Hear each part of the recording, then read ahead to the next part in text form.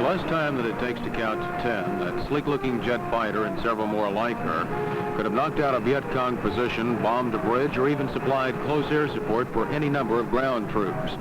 These are A4D Skyhawks and are part of the striking force of the 4th Marine Division.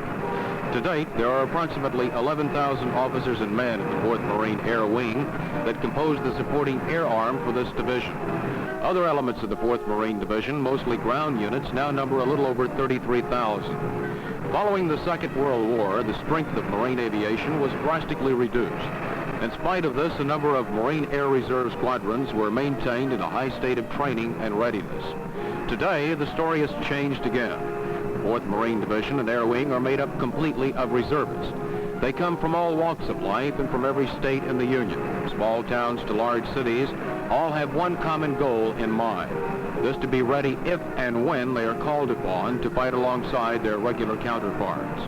During this program, we'll take a close look at part of the 4th Marine Air Wing. We will follow 3 of the Florida Marine Air Reserve units that are based in Jacksonville during their 2 weeks of annual active duty training in both Yuma, Arizona and New River, North Carolina.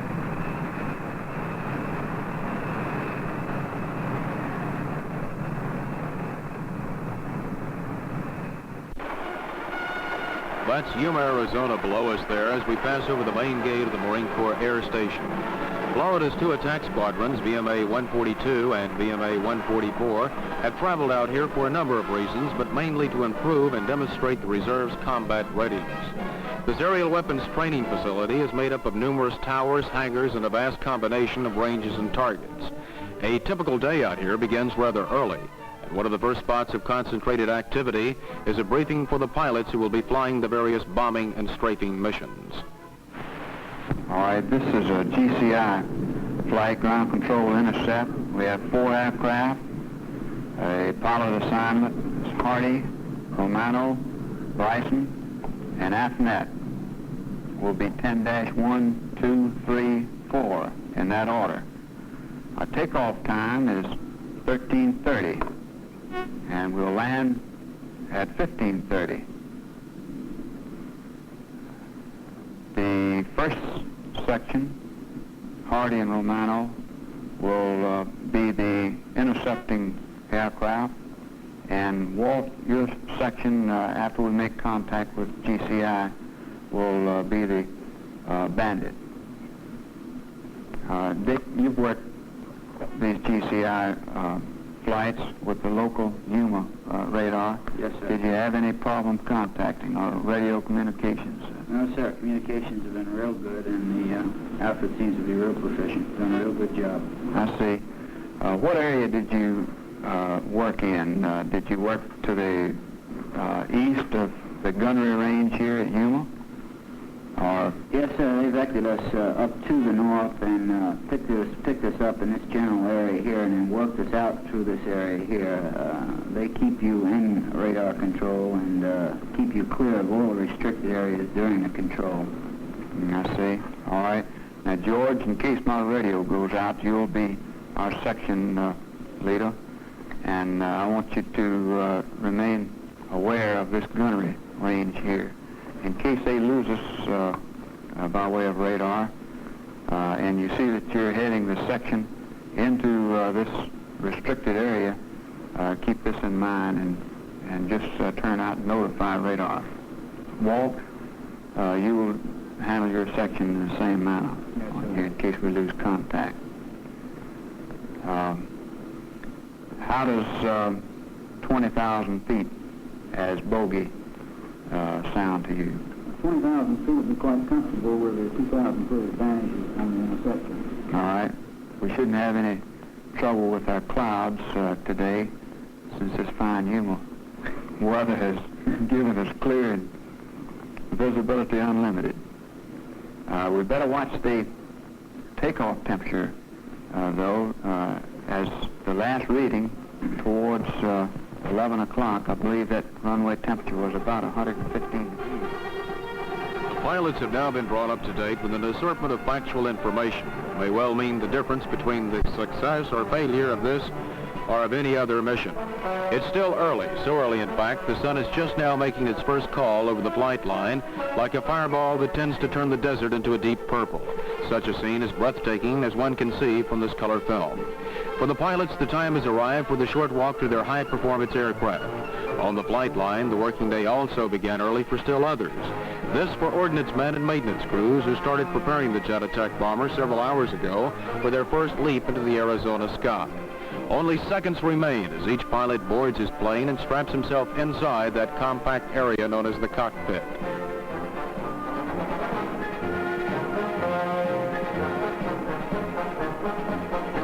From the control tower, each pilot will be given the OK signal for a takeoff to the target area.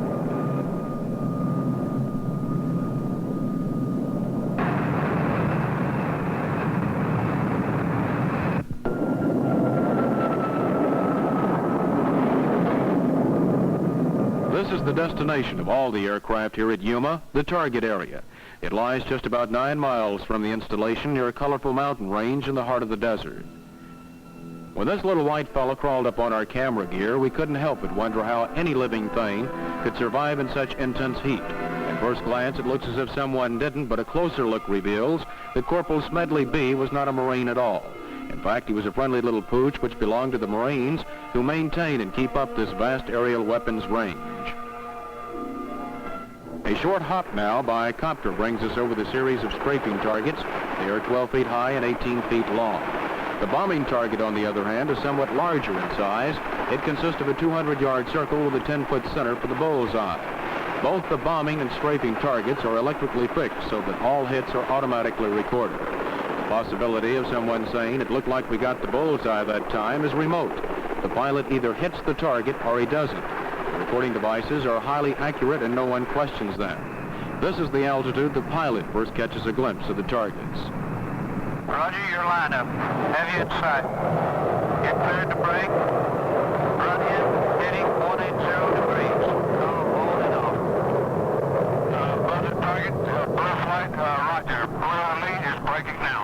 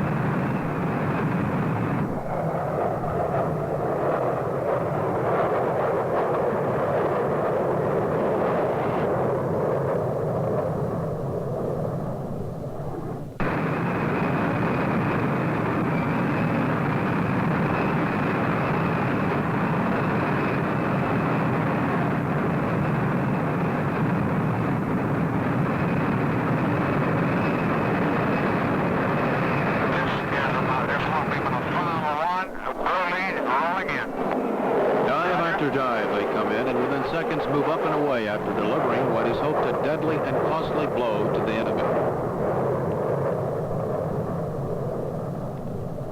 The backbone of an operation of this type is removed from the target area. It is found on the flight line. Following each mission, the planes return to the station where they are given a close going over and made ready for still another combat operation. If for some reason an aircraft is found to have problems too severe for simple line maintenance, it is turned over to the hangar crews for more detailed repairs. At this desert weapons training facility, a Marine finds he is faced with an inconvenience caused by Mother Nature: heat. When the temperature is usually 90 degrees at sunrise, it doesn't take long to heat up the flight line. In spite of the heat, ordnance men and maintenance crews who have the responsibility of keeping the jets airborne go on about their work. An assortment of bombs are carried and placed under each plane. All jets are quickly refueled and ammunition will soon be inserted into magazines with a 20-millimeter cannons. All of this provides a readiness to cope with any situation confronting the nation and the President. I have today ordered to Vietnam the Air Mobile Division and certain other forces which will raise our fighting strength from 75,000 to 125,000 men almost immediately. Additional forces will be needed later. and they will be sent as requested. This will make it necessary to increase our active fighting forces by raising the monthly draft call from 17,000 over a period of time to 35,000 per month, and for us to step up our campaign for voluntary enlistments. After this past week of deliberations, I have concluded that it is not essential to order reserve units into service now. If that necessity should later be indicated, I will give the matter most careful consideration, and I will give the country due and adequate notice before taking such action, but only after full preparations. Although all emergencies do not require these Marine reservists, they maintain a high state of readiness and the expectancy that they could be activated for duty from the Arctic Circle to heat such as that of the Arizona desert.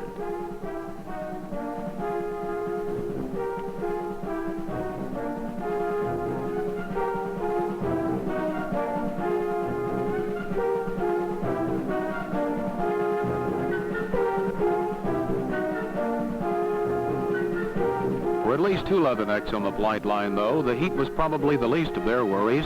This is liquid oxygen being pumped into one of the many jets. It may be 115 degrees on the outside, but that liquid oxygen goes in at more than 200 degrees below zero. The now commanding officer of the Florida Marine Air Reserve Training Detachment, Lieutenant Colonel L.E. Lovett, expresses the teamwork of his Marine reservists this way. The professional manner in which they service the aircraft and the associated equipment speaks for itself. We flew some 500 or 600 accident-free hours. Working long hours under adverse conditions, extreme heat that's encountered in the desert, the troops performed in a truly professional manner. We noted that morale was always high, tremendous spirit, and at all times expressed a real can-do attitude, something that is an admirable trait. This is more or less expected of the regular enlisted personnel, but these people, considering they only work 1 weekend a month and active duty training for 2 weeks out of the year, it's indeed gratifying.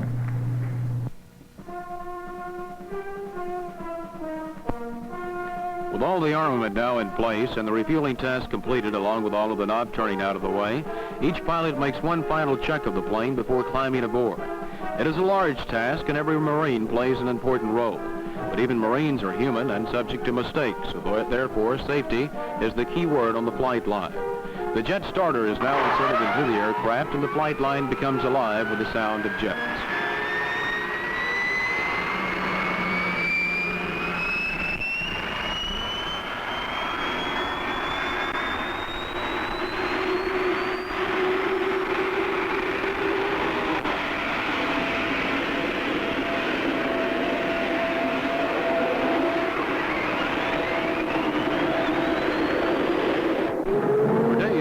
Squadrons have flown bombing and strafing missions over the targets, and each time have become more capable than the time before.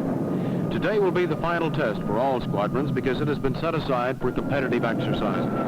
As the Florida squadrons take off, each pilot remembers that before he returns, what happens over the targets this day will go down in the record books. Foxtrot, Echo, November, India, Tango. We are a flight of 3 A4 Bravos, have 6 Mark 76ers, and full load 20 Mike, like to make 4 bomb runs, 4 strafe runs, over. Roger, your lineup, heavy in sight.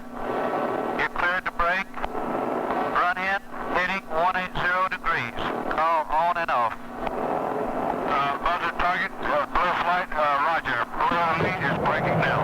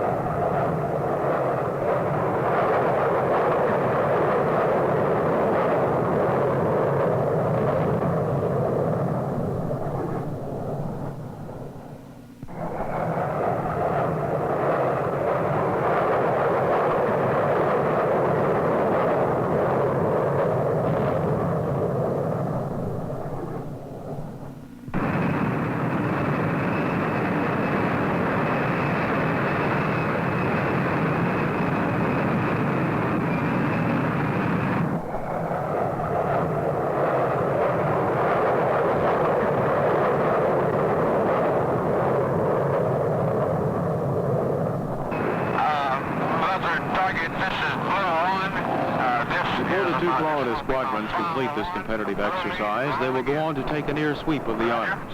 VMA 142 finished with the best squadron average in both bombing and strafing, combined with maintaining the best team average in bombing. VMA 144, meantime, placed second in squadron bombing and third in squadron strafing. The high scores of the Florida pilots showed that they were combat ready, and at the same time ready if need be to join in fulfilling the Marine Air Reserve mission. This meant, too, that those long 18 and 20-hour working days spent on the flight line and in the hangars by maintenance and flight line personnel also paid off in accomplishing the combined success of the mission. The one man who was in charge of the 4th Marine Air Wing, Brigadier General Hugh M. Elwood, had this to say while on an inspection tour in Yuma. Wide without regard to what's going on in the world today, I'm sure that everyone in the country is interested in the readiness of our forces, and I might be able to offer something regarding the readiness of the Marine Air Reserve Training Command and the 4th Division Wing Team, because this is the period of the 2 weeks active duty for the reservists when I get around and take a reading on just how ready they are. Marine Corps has a commitment to provide a 4th Division Wing team within 30 days after they might be ordered to mobilize. The Marine Air Reserve Training Command will provide the 4th Wing portion of this Division Wing team, and their job is to be ready for combat deployment within 30 days after they mobilize. In the 4th Wing, it's just like a regular wing. They have attack aircraft who are specialists in close air support. They have fighter aircraft and the air control units to assure we have air-to-air superiority and all of the other facilities. I certainly have been impressed by what I've seen out here in Yuma. I know they're going to be ready at this time. Now, I don't think we're concerned too much about personnel. The organized reserves have been drilling during peacetime every weekend, and they come on 2 weeks active duty. If it were necessary to mobilize them, I believe that the American boys would come to the Marine Corps, as they always have, in adequate numbers. I don't really think we'd have any additional recruiting problems. How long, General, would it take to mobilize the 4th Marine Division, including the 4th Marine Division Air Wing?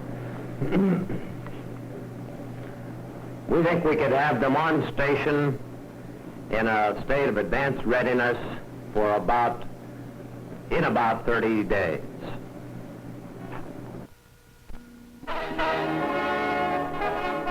Off the coast of North Carolina in the colorful blue waters of the Atlantic, maneuvers of another type are taking place. Pilots of medium helicopter squadron HMM 765 are practicing landings and takeoffs from the amphibious assault ship Guam. This 592-foot vessel is designed to transport more than 2,000 fully equipped Marine assault troops and by helicopter land them into inland combat areas. The Guam, commissioned in January of '65, further enables the modern amphibious technique of vertical envelopment. The objective of vertical envelopment is to transport assault troops during an invasion from ship to shore in a short period of time behind enemy lines. Once landed in the rear of the enemy's defenses, the Marines quickly attempt to isolate strategic strong points and gain the ultimate control with other Marines on the beachhead. The various signalmen on the flight line of the ship are easy for pilots to spot because of their bright-colored yellow shirts. Every movement of these fellows represents a designated signal, and each move of the hands and arms gives the pilot necessary instructions. Following each takeoff, the pilots circle back to the ship and slowly make their approach for another landing. Requirements for carrier qualifications consist of a half dozen or more successful landings and takeoffs. As the craft begins to touch down on the flight line, it's just not a simple case of landing. The pilot must maneuver the helicopter between two small red flags as he lands. Each wheel of the copter must be lined up between the two flags, or the landing is no good. It is somewhat different landing on a ship, too, because the runway is not stationary, it is moving. Not only is the ship moving, but there is so much activity in progress on that flight line that makes the busiest rush hour traffic jam seem like the center of a small town park.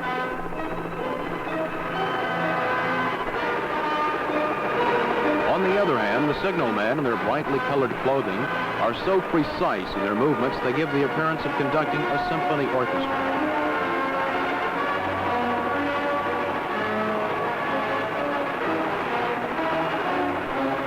The takeoffs and landings continue until each pilot succeeds in qualifying for carrier duty.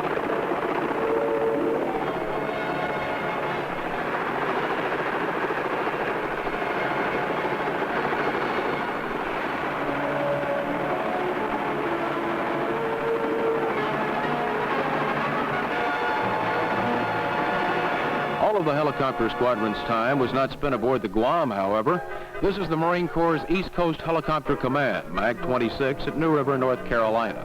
As was the case in Yuma, Arizona, with maintaining all aircraft in tip-top shape, the same rule applies here for the helicopters. Maintenance crews keep up to date on all mechanical changes and double-check their manuals to make sure. One of the regular maintenance officers at New River remarked that the reserves blended in so well with the regular Marines that there was no distinction between the two. Still another officer related that had it not been for Florida Marine Air Reserve mechanics, his regular staff would have been unable to meet their commitments aboard the Guam.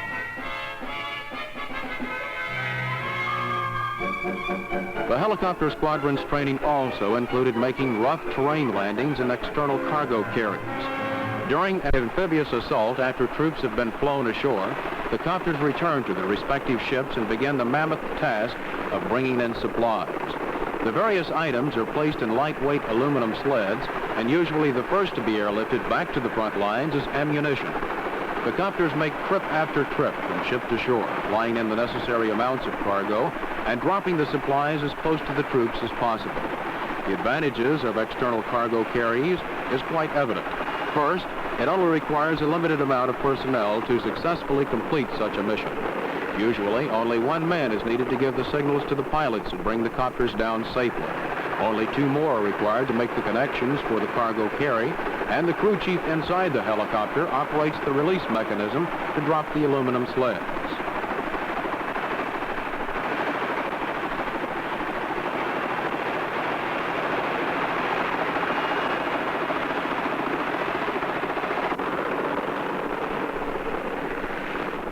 Both on land and off the coast of North Carolina, training went on at such a rapid pace among regular and reserve Marines that it brought high praise from the commanding officer of Marine Aircraft Group 26, Colonel F.C. Lang.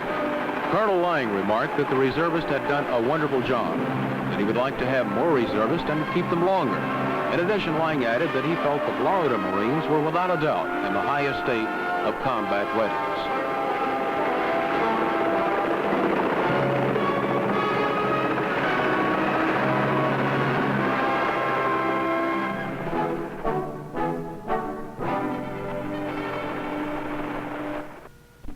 A ready reserve and sufficient force is actually nothing new to the Marine Corps, nor is it new to the business world. A reserve of sufficient force in the past has paid off for both military and civilian needs alike. In other words, when there's a shortage of anything, there's a need for a reserve, whether it be money, manpower, or any other necessity. The more ready the overall reserve, the less the chance of a crisis of any type.